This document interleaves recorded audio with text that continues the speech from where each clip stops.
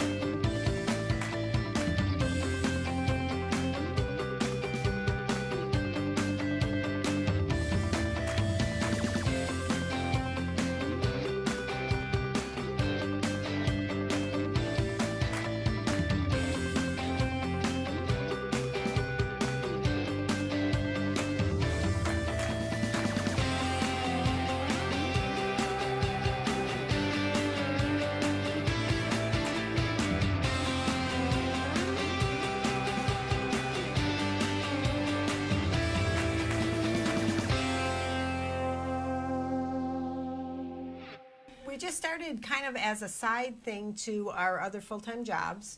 Yeah. Not really sure it was anything that was going to take off, but it did.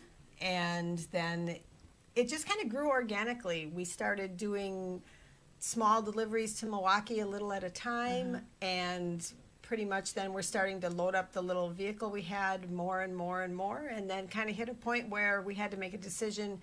Were we staying in Pembine, or we were going to come down to Milwaukee where all our beer was going and where our family was? We have a son and daughter-in-law and 4-year-old grandson in town, so And that was kind of a no-brainer. The other job that you were leaving, was that the dog sled kind of job? No, or that was a side hobby. Okay. Our son had actually started sled dog racing when he was in college, and that kind of just took on a life of its own as a hobby when he went back to school and we had all the dogs. Yeah, and how many dogs did you have at one point? We had 23 at one time, which is kind of like a dairy farm. So you just, somebody always has to be home because dogs don't take care of themselves. Yeah. They're not cats.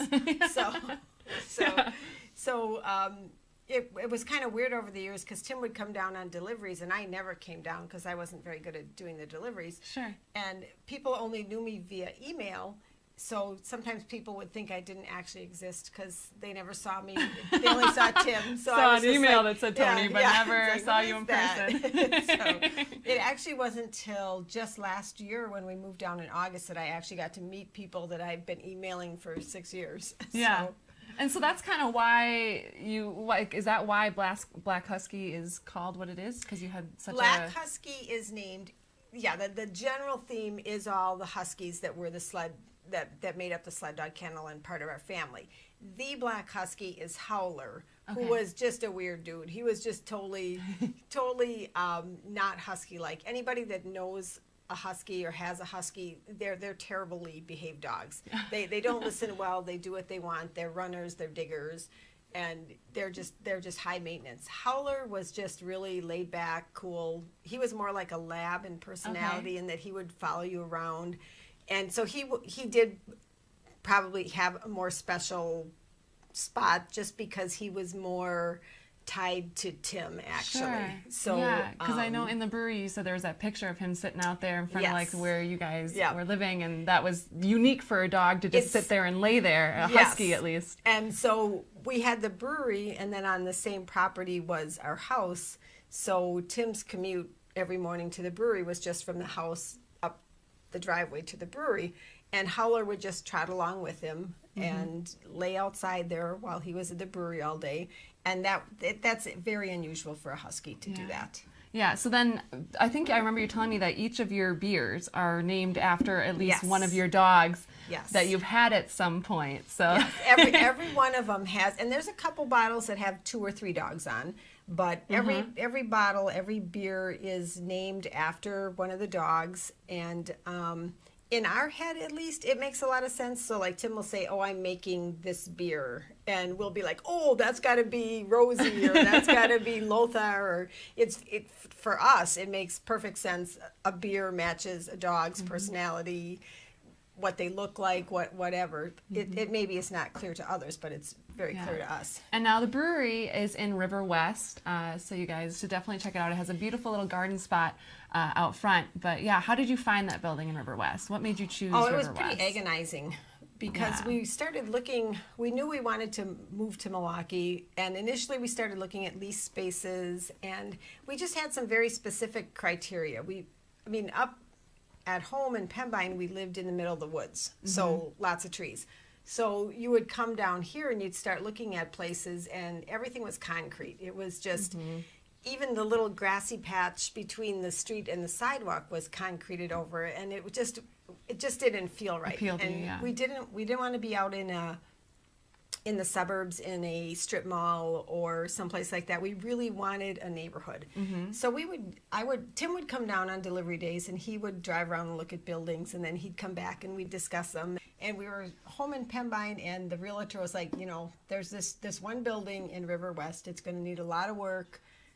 Do you guys want to look at it? And he sent us a link, and we looked at it, and we both immediately were just like, yep, that's it. Oh, good. It ticked all the boxes. It had the one, it was an auto garage, so it had the big space for the brewery with the vaulted ceiling, but it had the other space for the tap room, and then it had this little area that we could turn into a garden. It was perfect. Okay, before we go and say hi to Tim real quick, I just want to talk a little bit to you specifically about women in the brewery business. How have you felt welcome? Do you feel like a lot of people are confused? Point me out and they'll say, well, where's Tim? And I'll just be like, okay. Yeah, I am one of the owners. I do know what I'm talking about. And Tim and I have kind of a little process worked out already, because he actually will get emails from people and they'll have contacted me already, and then maybe they don't like my answer, so they email Tim, and then Tim will just ship it back to me and say, well, actually, you do need to talk to Tony about that. Yeah. So it's not across the board, but there definitely is still a little bit of that in the brewing do you feel world. like you're making progress though? Do you feel like you're noticing more come up? I would say yes, but it's just kind of it's kind of weird that you still have to be dealing with that. Aw, isn't that cute? So yeah, if you're a dog lover, this is definitely a place to check out. Hey, hi Tim, how are you? I'm doing well. How are you doing? Good. How's the party down there? Oh, it's we ate everything. Oh no! Yep. Sorry, we ate all the food, drank all the beer, and now everybody's headed toward the restroom. Not right when we're doing our show. Everyone needs to hold it. Well, we should have taken that break ahead of time, but some of us forgot. That's okay. So I guess some of my questions to you, what is your favorite part about owning a brewery and creating beer? Well, I think it really goes back to when I finally convinced Tony to actually open up a brewery, is doing things the way we want to do it. This is a lot more work than any job I've ever had before, but the thing that really makes it worthwhile doing is that you can call your own shots. Now, obviously, Tony and I have to agree on things, and we have to talk about it, but at the end of the day, you don't have some arbitrary person making a decision and you're like, what? Everything the things that we do I think make sense. At least they do to us. And I think that's one of the things that I think that most people get frustrated with in their jobs, is that there are decisions that are being made that seem like, I don't know where the hell that came from. Yeah. And when we do things, they are always logical and make sense, right? No mistakes are ever made, right? Totally solid every time. Tim, what's your favorite beer that you've made so far? I don't know. It's really hard to say because it changes. One of the things about your palate is not static. It changes from day to day, from hour to hour. So to say that there's one beer that's your favorite or one beer that's the best, I think is disingenuous. I think really, I drink probably right now the beer I drink most of is Deck Dog, because that's like a German Pilsner. That's the one we're drinking right now. We're drinking that one right now. Yeah. But it's a very nice, clean, drinkable beer. It's got nice flavor and a little bit of bitterness, but it's also one you can drink 4 or 5 of Whereas when you start getting in like a spruce or something, you're going to have one of those sparkly eyes. You're going to have 8 of those. Wait, I'm sorry. One of those. And so, I mean, some beers that it kind of depends where you're drinking it, when you're drinking it. But so, I mean, there's this, I would say my least favorite type of beer are stouts. I like beers that are a little bit cleaner than that. I don't really like the roast flavor that comes in most of them. And so even though we do stouts, when we do a stout, it's generally extremely sweet because I like that malt backbone. I really like to have that malt flavor. You know, where did you and Tony meet? I don't know if Tony would give a better story about this, but how did you guys meet? Long ago. Don't tell how long. That's a very interesting question because the background is kind of odd. Okay. We actually met at the VCY school over on 35th and I don't know where. Kilburn. Yeah, and that's and for those of you who don't know what VCY is, that is the crazy Christian radio station on the as far left as you can go. Oh, yeah, you're not aware of that one? No, oh, yeah. VCY stands for Victorious Christian Youth. And so our families came from very, very strict, very, what you consider now right-wing kind of conservative religious backgrounds. So, of course, we end up 40 years later opening a brewery in Riverwest. That makes absolute sense. Yeah, that does make a lot of sense. I can see that happening, yeah. So, I mean, it was an odd kind of, just one of those things that just happens, you know? Yeah, that's great. And for the record, Tony chased me. Oh. All right. Tony, did you do All that? right. We'll talk about that later. Okay, yeah, we don't need to get any more details. All right, well, Tim, thanks so much. We'll talk to you in a little bit, okay? We'll ask some questions in a moment, okay? So just hang out for us. So, yeah, that was fun. I wanted to hear what he said. It has been a few years we've been together. Yeah. Just a few. Well, it's got to be really fun to create a business with the person that you love. It's weird. Fun and interesting because it probably tested your relationship. It's hard. I mean, it's not. Having a brewery is not all fun. You don't sit and drink beer all day. Actually, you know, surprisingly enough. But honestly, when we got married years ago, we went up to Door County for our honeymoon, and you know, there's all these little shops, and way back then we were like, oh, if we could ever do something like this, you know, so have a little shop, have a little thing of our own, and you know, for many years later to actually have our own thing. And that is something actually that we work really hard at keeping it our own thing. It's not easy. It's not the easy route. The way that, you know, a lot of places have gone with distributors and with investors and that whole line, and that's, you know, great if that works for you. We're kind of control freaks, and to do this, we actually literally cashed in our IRAs and put everything on the line for it. Yeah. We hit a couple bumps in the road where people were like, you might actually have to consider going with investors. Yeah. And we were like, yeah, no, we're not doing that.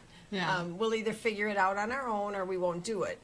So there were some times where that wasn't particularly easy to do, but that was really important to us, that if we were going to do this, if we're going to cash in 401ks and IRAs and put everything out there, it had to be our own way, with nobody in the background saying, well, gee, maybe you should do this or we need to do that.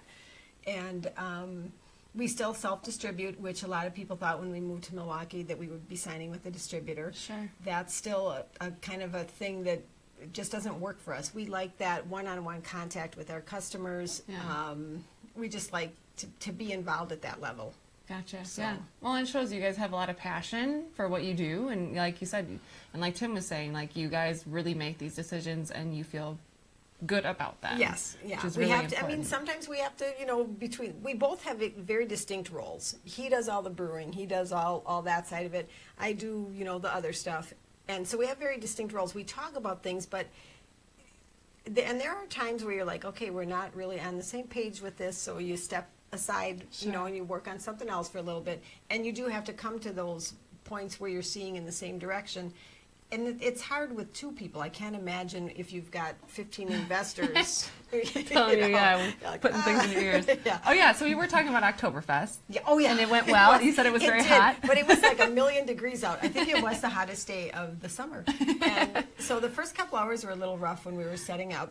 But we actually did get the tents set up and some breeze, and we had a cotton candy machine, and we had games for kids. We were really trying to make it a real kid-friendly, family-friendly thing. So yeah, and it is a very family-friendly place. And it just, and that's kind of what we always tell people, bring your dog, bring your kids. We've got a little sandbox set up for kids. We have games inside. So we don't think of ourselves like a bar. We really think of it as just a family gathering place. And we have a lot of people that bring in kids, and that just really works for us. We have a 4-year-old grandson, so he comes in and we do puzzles together and mess around. And actually, his favorite thing is we get the dolly from the back, and he's the package so I wheel him around on the dolly and see who will accept him for delivery. That's so cute. That's really fun. Why don't we ask some questions? Do we have any questions that we can answer for either Tim or Tony right now? Yeah, one of the questions that's coming up is, what was the first beer? The original pale ale. Okay. We used to just call it, initially we didn't have like a lot of, we're still not super creative with beer names. And so the first beer that he made that, and we just called it pale ale. It has howler on it. He's done a couple of variations since that first one, so now we call that the original pale ale. And that is the pale ale brewed with Simcoe hops. That would be the one, oh, there he is. Maybe he wants to go more on that. Yeah, hey Tim. We were talking about the first beer that you made, the pale ale. Well, and the story behind that is that I had, it actually was not the first beer I made. The first beer I made was actually a Hefeweiss. Oh yeah, that's right. But what happened was I was out burning garbage one day when we were up north, and I had a two-hearted ale, and I was just like, oh my God, this is the best fucking beer I've ever had. And so that's what I started doing then. Instead of doing a Hefeweiss here and there, I would do I'd brew 3 pale ales in a day, and just brew that same style of beer over and over again to try and identify the different flavors, whether it was, a type of yeast, or whether it was a hop or a malt or a mash temperature, just to try and keep on figuring out how I could make something that I really loved. Yeah. Well, you guys have been doing a good job, obviously. One of the questions we had from YouTube was, how many total beers have you made? Different kinds of beers have you made in your life? Well, I didn't catch all that, but it sounded like, how many beers have I made? Yes. Total number of beers. Styles? Sure. Styles are, obviously there's variations on that. Well, batches I've done hundreds and hundreds and hundreds. Styles I've only done, 30 or 40.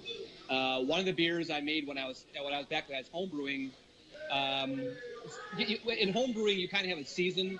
You don't brew all year round, because a lot of times you end up where, in the winter you don't have a spot where you can really brew. So you get to the end of the year and you have some miscellaneous kind of ingredients left over, and you make a beer. And this one I actually I had a bunch of a type of malt called Munich malt. And so I went to the store and I got trying to think now, I think it was 3 or 4 boxes of Honey Nut Cheerios and a bunch of so I made a beer called Beerios. It was the heart healthy beer, and that actually was one of the better homebrewing attempts. So. Oh, that's such a fun idea. That's super creative. Do we have another question, Aaron? You just kind of screw around most of the time. We're wondering if you could do anything besides beer and use your creativity, what would you do? I didn't catch all that. As far as if you couldn't make beer, but you wanted to still use your creative, some of the creative juices that you've developed, what would be like your next thing if you couldn't do beer? My real talent is actually not brewing. My talent is actually singing. That's actually where my no, it is. I was singing from my mom. Going back to the religious aspect, I was singing in church when I was about 2 years old, and so that's actually, I think, where my real talent lies as far as artistic. And what comes naturally to me. Brewing I enjoy brewing. To me, it's a nice outlet. But I think when I look at what I'm really best at, what comes easiest is singing. So if I wasn't doing that, I would be an unemployed singer, just like a lot of our other people. And Tony would go out, and I'd be sitting at home in my underwear with about 46 packs of PBR laying around me. So, do you ever sing when someone comes and plays the piano, Tim? Do you ever? Oh no, because people that play piano by us they're horrible. They're the worst. We had one guy that came in that was actually pretty good, but otherwise the rest of them are shit.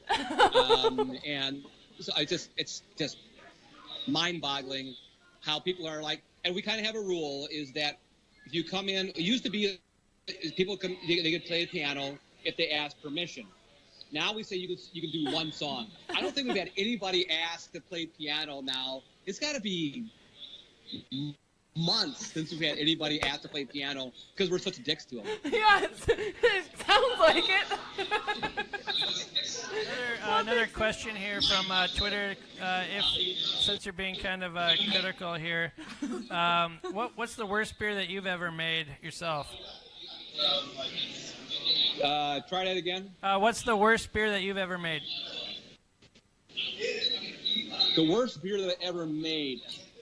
I love single malt scotches, and so a single malt scotch is made with a peated malt, and this was I made a beer out of 100% peated malt, and it was just pretty awful. It made your tongue feel like there was hair growing on it. I actually have one bottle left of it in the refrigerator up north. Great. And I'm gonna bring it down for Dachau to try sometime. One of the guys that comes in by us. Well, what a nice thing to do there. Yeah, it is. It's my worst beer ever. Yeah. We save it for our best customers. Yeah. Oh, well, Tim, thanks so much for chatting with us today. It was so fun to see you again, and I'll definitely come and visit soon.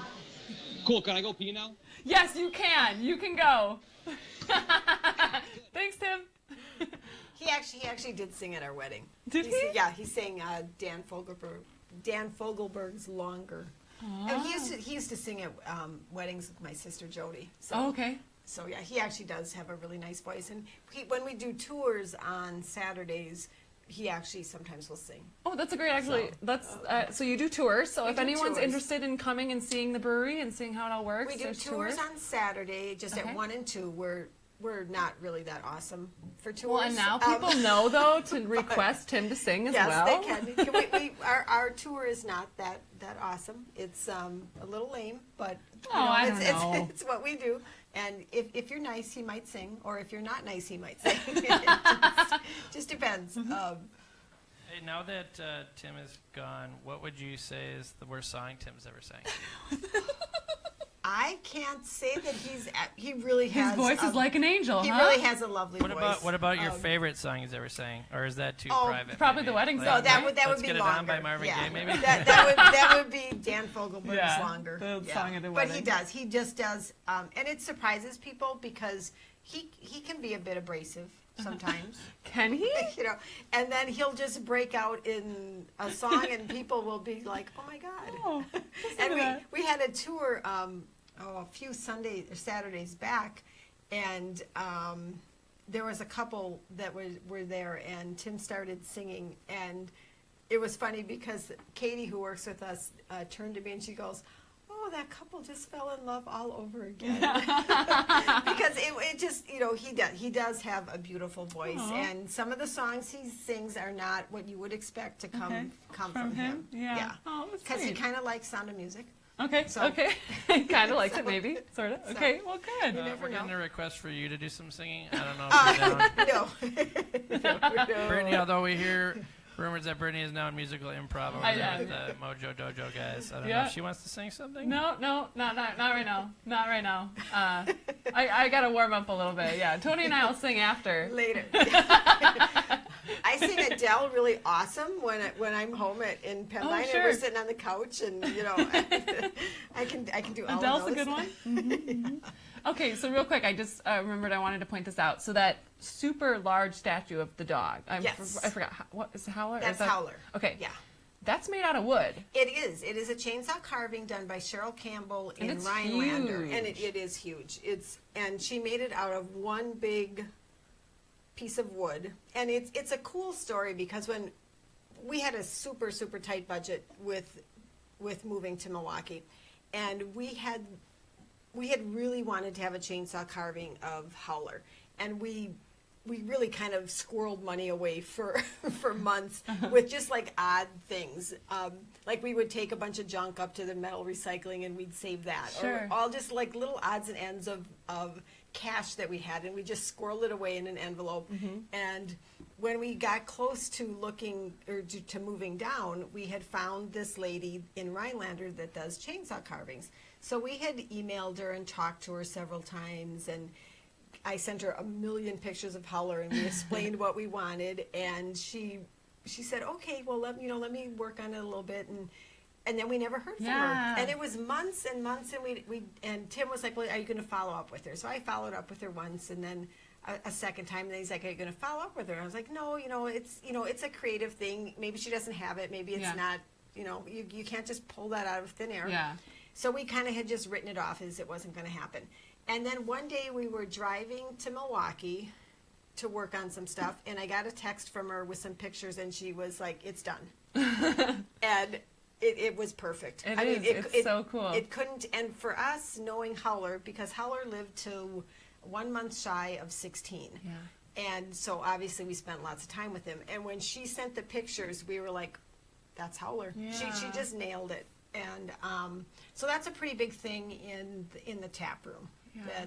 That's really special to us because it's so up north too. It's a chainsaw carving, and it's by a lady in Rhinelander, and she not only carved it with a chainsaw, she also did all the painting on it. So I mean, it's just remarkable. It really is. Yeah. Okay, so real quick, what beers do we have in front of us right now? Are these the ones that you have going right now? Or are these? These are ones we have right now. Yes. So let's see. Let's start over here. This is our Oktoberfest Jodler Konig, which is actually our first lager. We had a pretty lame system up at home in Pembine. So Tim wasn't able to do lagers at all. So this is his first lager, and it turned out exceptional. Great. And this is Big Buck Brown, which is our fall seasonal brewed with maple syrup. And it's maple syrup from Smilin' Ed up in Wasaki, which is close to home. And so we still get our maple syrup and our honey from guys back home that we've just worked with for years. Fun. This one is Vane, which is one of the versions of our pale ale. This is brewed with Citra hops, and that's Shad on there. Okay. This is Nikki on this one. Nikki actually was a rescue dog. Oh, okay. And if all of our bottles have little stories about the dogs on them. Nikki was a rescue dog, and when we got him, he obviously had been abused. And you couldn't, if you looked at him at all, he would just shrink. And you could just see that he just was like, oh my God, don't do anything to me. And he would like shrink, he'd turn his head like, if you can't see me, you can't hit me, or, And it took actually quite a few years, but we were always really proud of the fact that at one point he got comfortable enough that when you would go by him, he'd come really close and he'd boink you with his nose, and that must have been his way of like licking you, and then he'd look at you like, I did it. And I'm opening up to people. And it was cool because for years when you came by him, he would just like, you could just feel it, and to get to the point where Nikki would boink you in the nose was a big deal. That was a good thing. Oh, And cute. this is Rosie. She was also a rescue. Okay. The people that brought her to us tried to convince her that she was part husky. They figured that we would take her more readily if she was a husky. And you look at her and there's not not even close to any husky in her. But so we rescued her too. That's cute. Shad was it's called vain because Shad was very vain. He was very full of himself. But he actually vain. Okay, totally. That's not gonna be my singing right now. But he actually ran the Iditarod, so okay. he probably was a little superior. Okay, he had a reason. Yeah, he had okay. a reason to That makes sense. act his way. And Harville the Marble, that is, I always hate to say a honey ale because then people think of some lame little honey beer. This is not. This is made with up north honey. It's over 8%. Oh, wow, and yeah. and it's not a little honey weiss. Yeah. Harvey was the biggest dog in our kennel. He was one of the lead dogs. And he would actually run next to Rosie, who was one of the tiniest dogs in the kennel. So it was funny because you had the biggest and the littlest. Right and, next to each other. But he would always do exactly what Rosie told him to do. Yeah. So, You go, Rosie. yeah.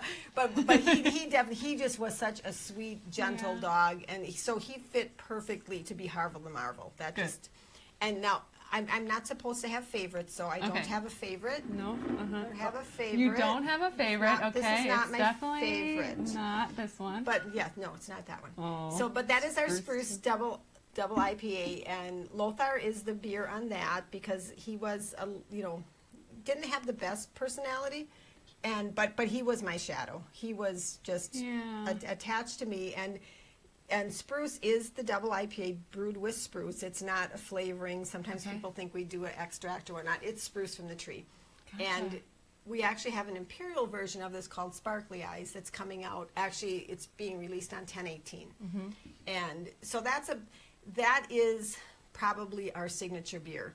Okay. I actually have had a couple breweries email or contact us asking for the recipe or process for that, which is not going to happen. Yeah. Don't try. That's not happening. But I mean that. You get to the end of the night and you're like, okay, it's time to have a beer. And I always go up to the tap and think, oh, I'm gonna try something different, and I pour. Always spruce. go that one, yeah. So it's just kind of my go-to beer. Lothar was the dog that just attached himself to me. So that one's kind of special. Yeah. Okay, so what's the address in Riverwest? 909 East Locust. So we're right on the corner of Locust and Bremen, which Okay. is and that's like 2 blocks west of Humboldt. Okay, great. And you guys are open all? Are you? We are currently open every day except for Mondays. Okay. And so like 3 to 9, and then Saturdays 12 to 10, Sundays 12 to 5. Okay, great. And we don't do food, but you are more than welcome to bring food in with you. We have people order food in. We have people bring sandwiches and snacks from home, and whatever's fine. Yeah, it's a very cozy cabin type of feel. It's really, really And nice. we do have menus from a lot of the local restaurants that you can order a in look from and- them, or we do try to push our local places so that when people come in, that you've got Riverwest Pizza, you've Yeah. got Dino's, you got Scardina's, you've got Klinger's right across the street. You've got, Fuel Cafe. We've got a lot of local places, and we do always try to steer people to those local places Sure, first. that's great. Well, So- Tony, thank you so much Thank for you for coming having in. us. Yeah, it was Thank you. wonderful. Thank you. You guys, make sure you check out Black Husky Brewing in Riverwest. It's a really nice spot, and it's going to continue to be a nice spot. And I can only see growth in your future. You definitely you. all have a wonderful personality. You can tell there's a lot of love that goes into this beer. So make sure to check them out. I'm Brittany. I'm your host from Milwaukee Live, and I hope to see you guys next time we're on. So see you around, everybody. We go all night, yeah. We got that fight, yeah. Our future look nice, yeah. Our future look bright, yeah. Our future look nice, yeah.